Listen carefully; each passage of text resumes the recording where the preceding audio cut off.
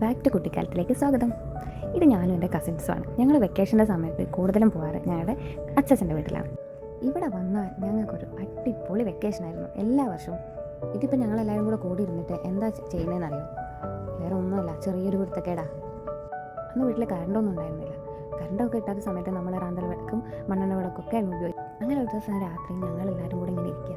അമ്മയും ബാക്കി എല്ലാ ആൾക്കാരും മുതിർന്നവരൊക്കെ എന്ത് ചെയ്തു, അവരടുക്കളയിൽ ഇങ്ങനെ ഓരോ സംസാരിച്ചുകൊണ്ടിരിക്കുകയാണ്. വലിയ വലിയ കാര്യങ്ങൾ, ഞങ്ങൾ കുട്ടികളല്ലേ, അപ്പോൾ ഞങ്ങൾ കുട്ടികളതായ കാര്യങ്ങൾ ചെയ്തുകൊണ്ടിരിക്കുക.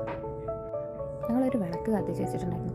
ആ വിളക്ക് കത്തിച്ച് വെച്ചിട്ട് ഞങ്ങൾ നടുക്കത്താകെന്ന് പറയും. അപ്പം നടുക്കത്താത്തിരുന്നിട്ട് ഞങ്ങൾ വിളക്കും കത്തിച്ച് വെച്ചിട്ട് ഈ ചെറിയ അന്നത്തെ ബാലരമേൻ്റെയും മനോരമേൻ്റെയും ഒക്കെ പേജുകളുണ്ടാവും. അത് ചില പേജ് നല്ല കളറുള്ള പേജായിരിക്കും. അപ്പോൾ അത് ഞങ്ങൾ മടക്കി വെക്കും.